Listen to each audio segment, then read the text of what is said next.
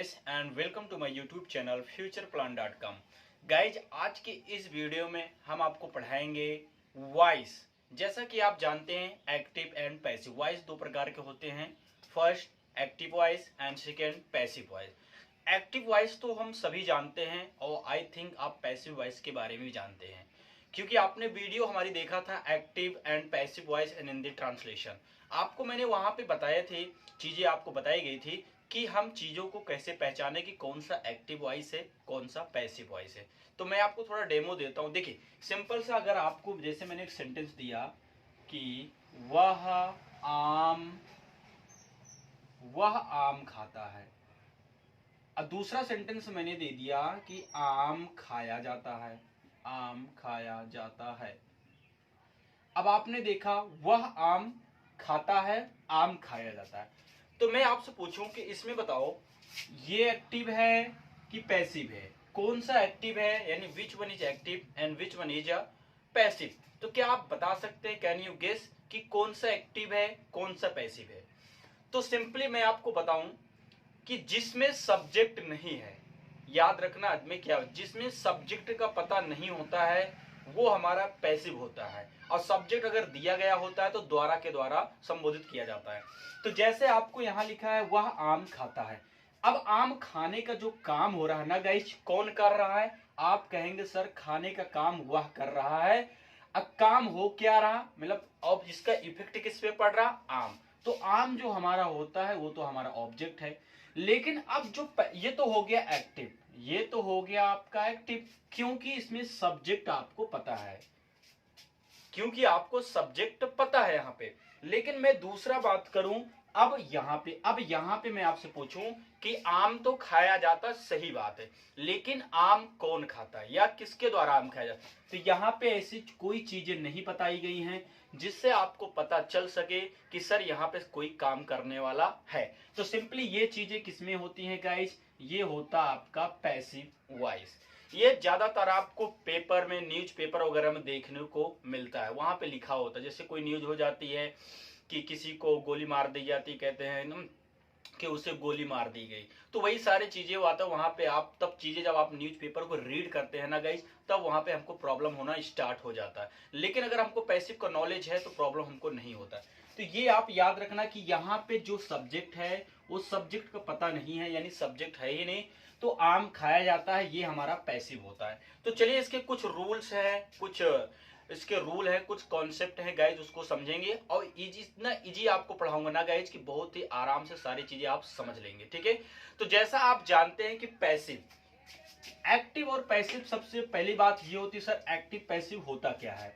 तो देखिए एक्टिव क्या होता है, मैं आपको पहले जिसमें सब्जेक्ट स्वयं कार्य करे, और पैसिव जिसमें सब्जेक्ट कोई काम नहीं करता है। जैसे मैं आपको इमेज दिखाता हूं, देखिए गाइस ध्यान से देखिए। जैसे आपके सामने इमेज आया जिसमें लिखा है एक्टिव और एक में लिखा है पैसिव। तो एक्टिव में लिखा है the subject does the action, बस यही आपको समझना है।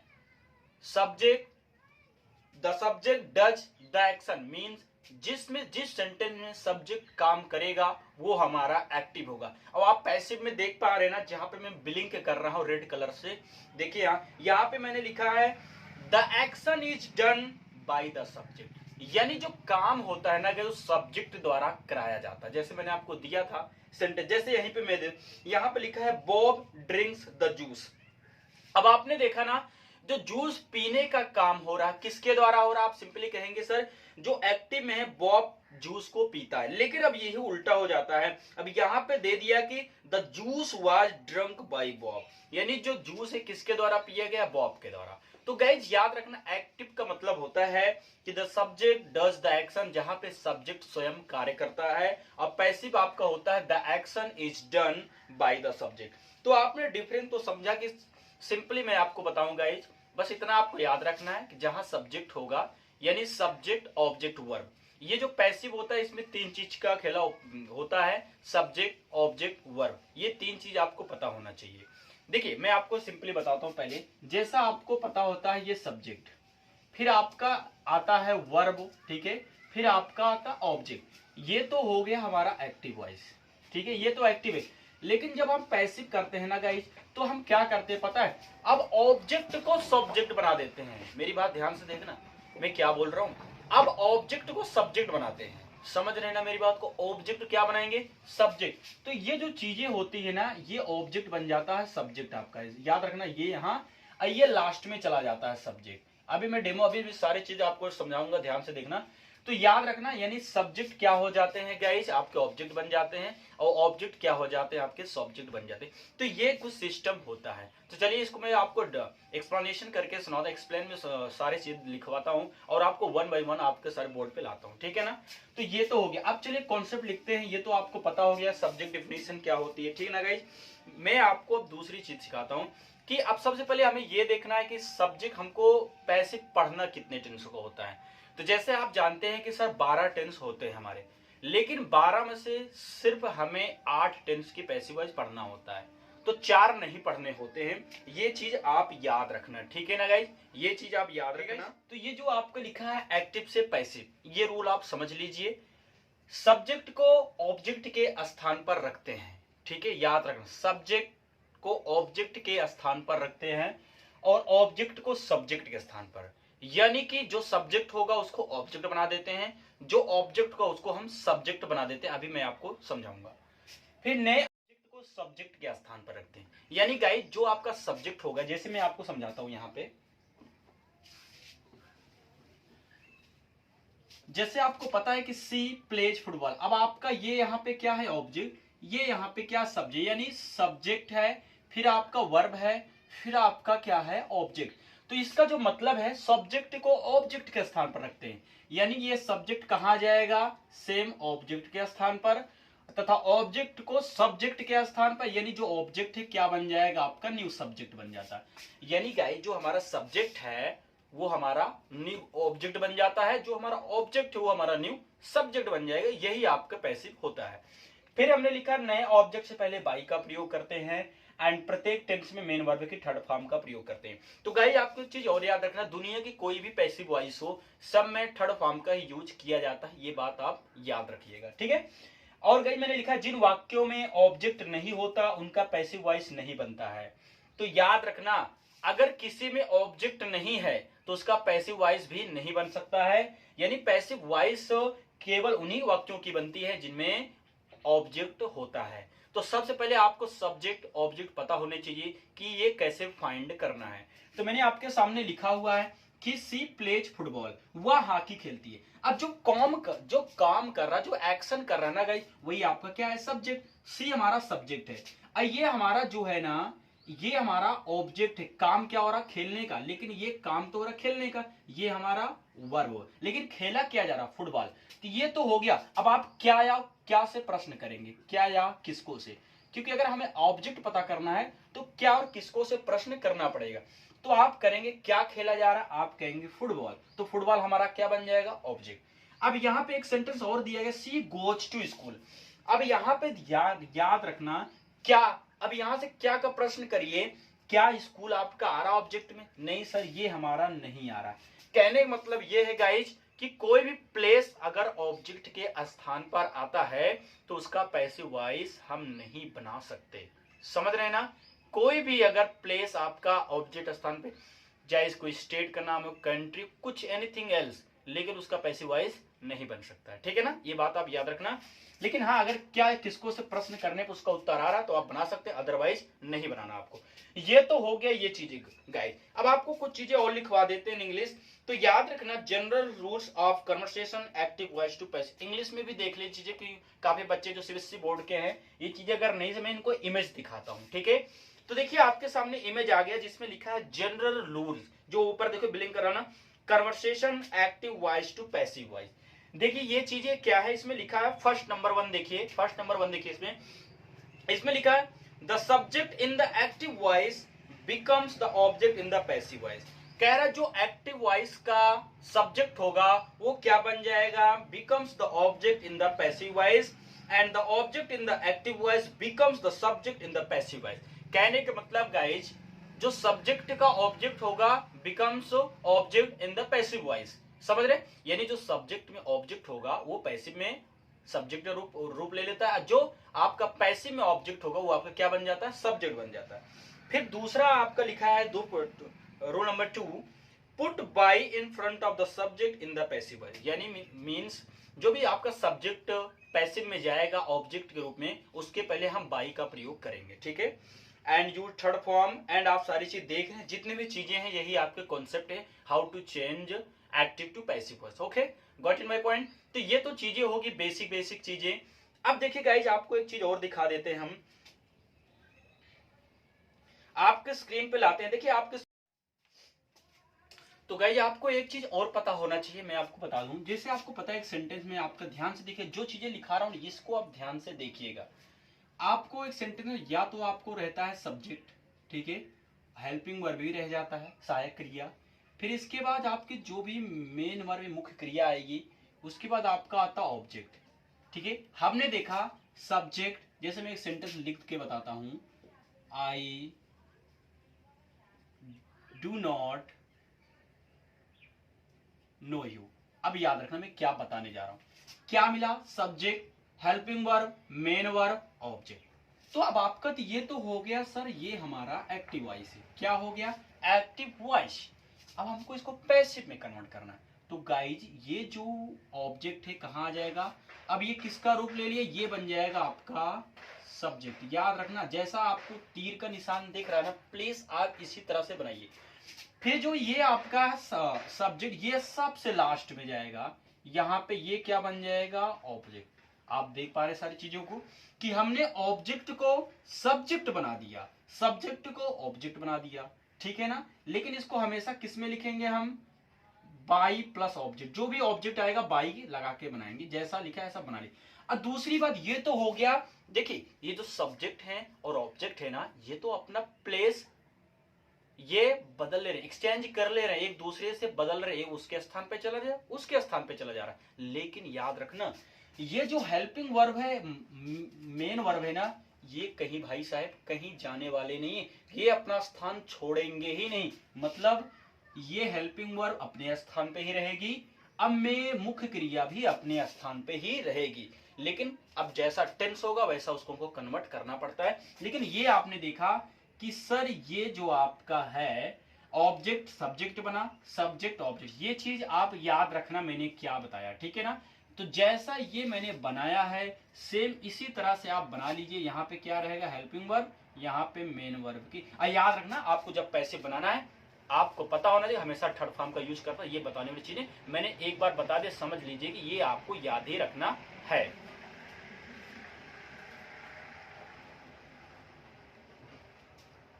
समझ में आ गया ना गाइस। तो ये जो चीजें दी गई हैं बस इसी के आधार पे हम आप सारी चीजें करेंगे। आई होप कि ये चीजें आप समझ गए होंगे।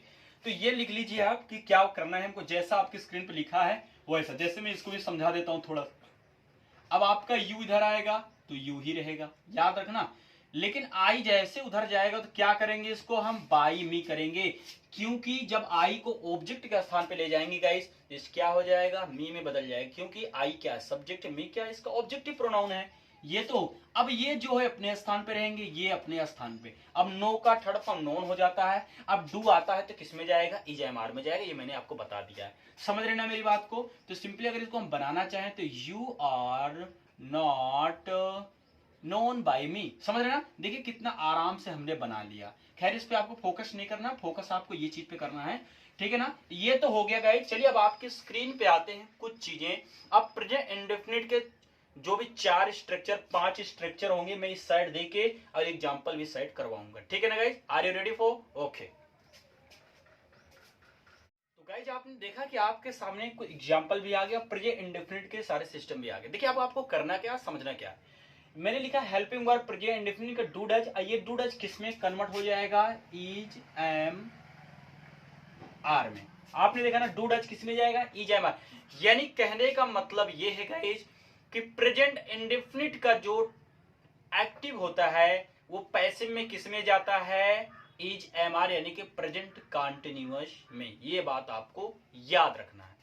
तो जैसे आपके सामने सारे मैंने लिखा affirmative, negative, interrogate, W S तक ही आप जानते होंगे, लेकिन मैंने और कुछ लिखवा दिया है।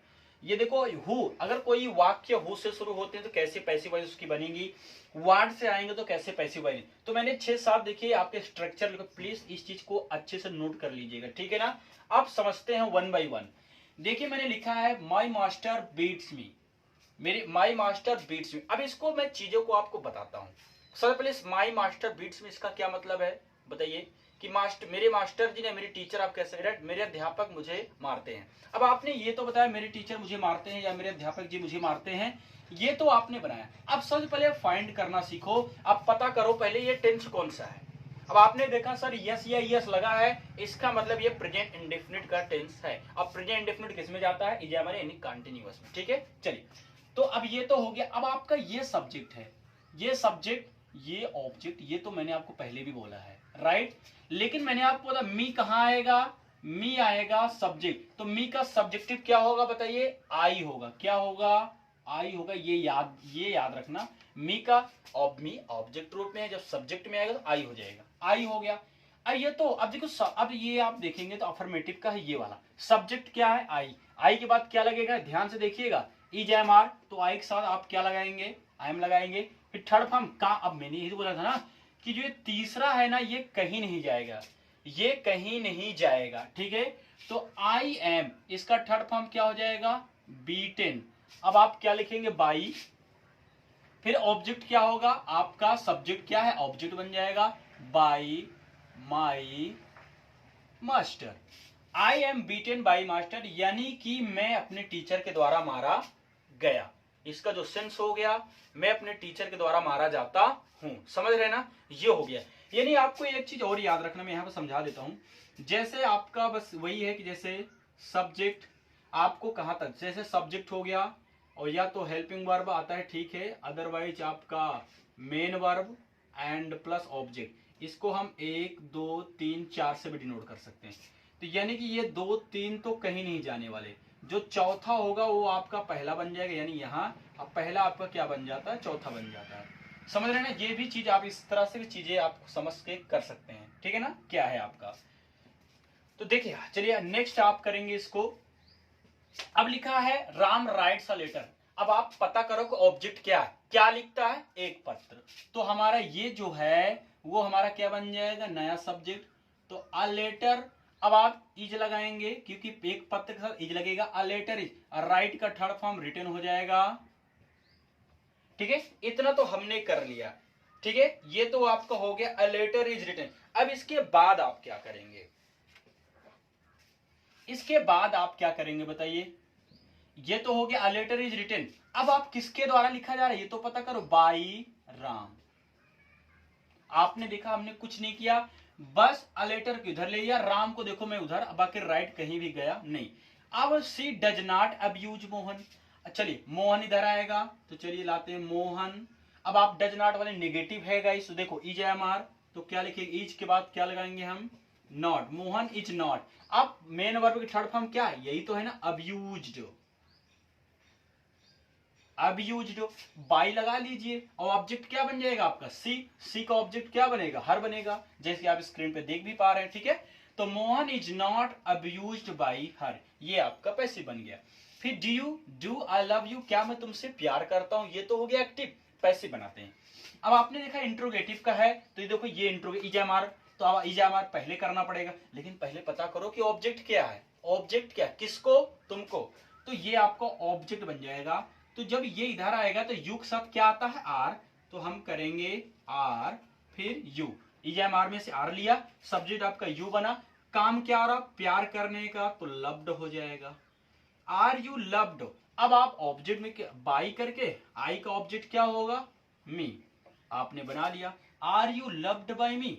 समझ रहे ना कितना आराम से हमने बनाया चीजों। फिर हु टीचेस यू इंग्लिश, तुम्हें इंग्लिश कौन पढ़ाता है। चलिए अब हु वाला नियम देखिए पहले, ये देखो यहां पे ध्यान से देखिए, हु वाला नियम, हु के वाक्य प्रारंभ में आए तो पहले तो बाई हुम, यानी हु को किस में कन्वर्ट करेंगे सर हम, बाई हुम में। चलिए हु को कन्वर्ट करेंगे हम बाई होम, इतना तो हो गया। अब आपने देखा इजमार है तो आप भी लगा दीजिए। अब आप यहाँ पे पहले लगाने से पहले ये देखो कि जो है यहाँ पे दो दो ऑब्जेक्ट, एक तो यू है, दूसरा आपका इंग्लिश है। अब आप बनाना किस आधार पे चाहते हैं, समझ रहे मेरी बात को? चलिए पहले मान लो मैं मानता हूं यू, तो यू हमारा ऑब्जेक्ट, तो by whom is am are में से क्या लेंगे हम? आर।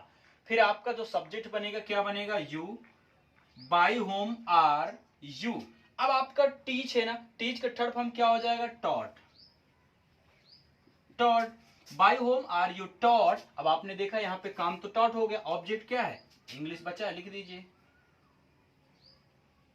इंग्लिश, हो गया। तो by whom are you taught English, ये तो चीजें हमारी हो गई, लेकिन मैं चाहता हूं कि आपके ऑब्जेक्ट में इंग्लिश को मानू, ना कि इसको। तो कैसे करेंगे हम इसको? हम स्क्रीन पे आ रहा है ये, इसको हम बना सकते हैं गाइस। तो by whom is English taught to you, ठीक है? क्या सिर्फ टू अकेले लगा देंगे यू के पहले। ये तो है। अब व्हाट डू यू वांट, अब आप ये वाला सेंटेंस देखिए, what do you want, structure लिखा है ना, ये देखो ये स्ट्रक्चर आपका लिखा हुआ है, आराम से चीजें बनाइए। अब वाट है तो वाट को कुछ नहीं करना, वाट है तो आपका वाट ही रहेगा, समझ रहे ना? वाट ही रहेगा। इज लगेगा, लेकिन अब ना एम लगेगा ना तो आर, सिर्फ क्या लगेगा? इज लगेगा। चलो लगा दो। काम क्या हो रहा? वांटेड, यही तो आपको समझना, एक्शन आपका यही तो हो रहा ना, वाट इज वांटेड। अब बाई लिख दीजिए, बाई यू। ये थोड़ा सा उल्टा होता ना, मींस आप देखेंगे इसमें ये नियम को फॉलो नहीं कर रहा है।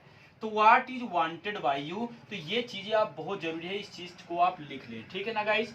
तो ये तो हमने इतने सेंटेंस को देखे। चलिए दो तीन सेंटेंस और कराएंगे। फर्स्ट ऑफ ऑल इसको आप लिख लिए, दो चार सेंटेंस और कराए के प्रैक्टिस करवाते हैं आपका। आपके सामने तीन और आ गए हैं, देखते हैं। मैंने लिखा I does not go to school, मैं स्कूल नहीं जाता हूं। अब आप सबसे पहले यहाँ पे पता करेंगे किससे, क्या और किसको से।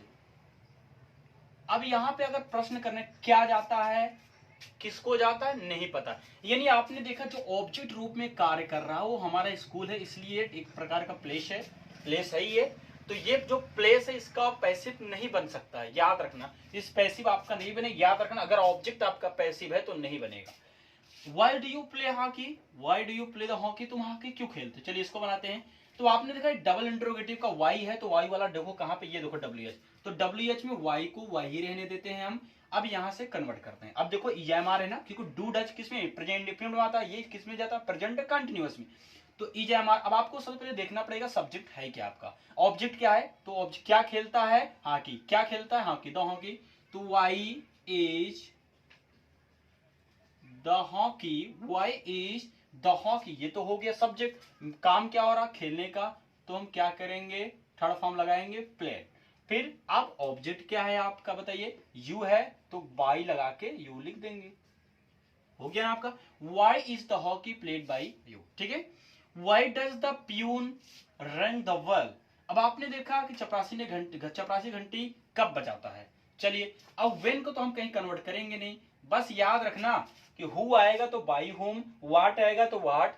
एक आपका और होता है होम, जो कि स्क्रीन पे आपको दिख रहा है। यदि होम आए तो इसको बनेंगे हम होम में, होम आए तो who plus is, am be third form by plus object, जैसा स्क्रीन पे दिख पा रहा है आपको, ठीक है। इसका भी एग्जांपल करवा देते हैं हम, लेकिन इसको पहले देखिए। When does the peon ring the bell, अब आपने देखा क्या बजा रहा? घंटी। तो व्हेन, अब आपने देखा, तो when is the well, when is the well. अब ये तो हो गया। अब इसके बाद हमको क्या करना, देखिए ध्यान से देखिए, डब्ल्यू एच लिखा, इज एम सब्जेक्ट भी हमने लिख दिया। अब काम क्या हो रहा? बजने का, तो रिंग रैंग हो जा रहा है, राइट।